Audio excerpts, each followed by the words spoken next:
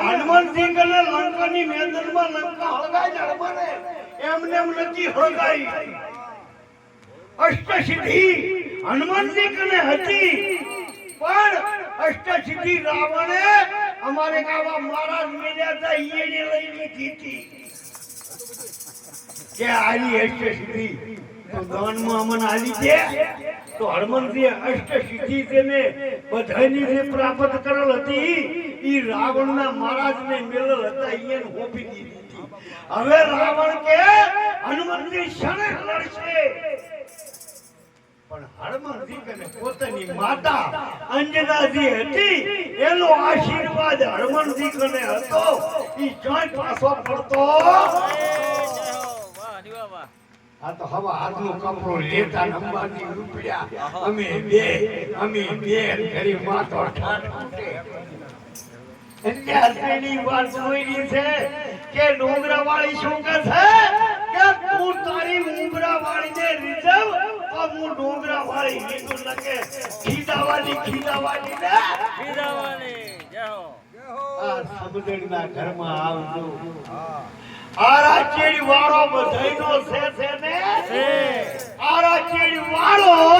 અને વરહાળા ચેડી થાય ગારો પીપળ પણ ખરવા લાગ્યા હસવા લાગ્યા પોપળિયા ધીરે બાપુડિયા મને વીતી તને વીછે એટલે ઈને પાકા થઈને ખરશેન પડશે તો આપણે પાકા થઈને ખરવો તો પડશે ને એટલે દીકરીઓને માતાઓને અમે તો કાસા તમને બંધોને બધાને કાસા કે બચ્ચા હોય ને તો પણ માતા પિતાની સેવા કરતા થાજો દીકરીઓને ઈ કાસા કે બે માવતર હોય ને બે કા આ ચારે ચાર તમારા માવતર તો છે ને પણ ઈ ગુણ ના ભૂલતા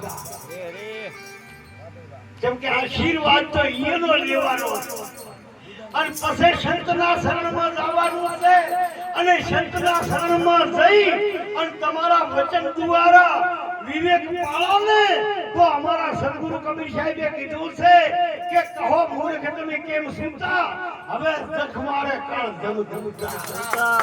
અરે તમને જમની તાકાત નથી લેવાની પણ આપણા આહાર વિકાર ભ્રષ્ટાચાર બુદ્ધિ માતા પિતાને સેવક રાશે જો પસાડ્યા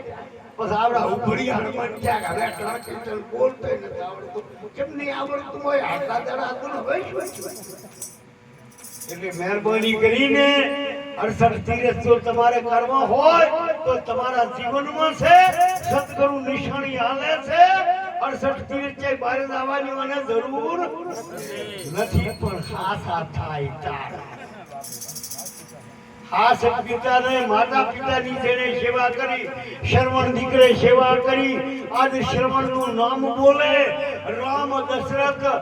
શત્રુ ભરતી એકે નતા દશરથને કાંઈ નતું દશરથ પહોંચ્યો હતો અને મધરાએ હરા પાડ્યો હતો હે દશરથ જાત ચાર દીકરે વિયોગે રામ લક્ષ્મણ શત્રુને ભરત ચાર પરમાત્માના દરબારમાં પરમાત્મા થઈ અને રામે અવતાર લીધો પણ સત મરતા વેળાએ ભેગા નતા જો શરવણ જેવા દીકરા હતા શરવણને એટલું કીધું તો એને ઘરેથી પત્નીએ એટલું કીધું તો કે તારા આંધળા મા બાપને કોઈ લાય અને મને મારા મયર ઓળાય એટલે જઈને ઓળાઈ આવ્યો અને એના હારાને કીધું અરે સસરાજી તમારી દીકરીને ઘરમાં પૂરો આ ભાગડીનું મોખ મારે મારા આંધળા મા બાપને કોઈ ના અને અત્યારના તો હવે તમને માં બોલતો નથી આવતું તમારે એને ના કેવું અવતાર દેના અહીંયા આવ્યો માતા પિતાને હા સમજો જન્મ મરણના અંત મટાડવા હોય તો શંકરના શરણમાં જાજો અને એનો વિવેક કરજો એટલે હવે ભક્તિનું પાછું કીધું છે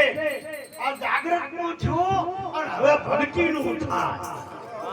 ભગતીમાં ભાવે લગાવો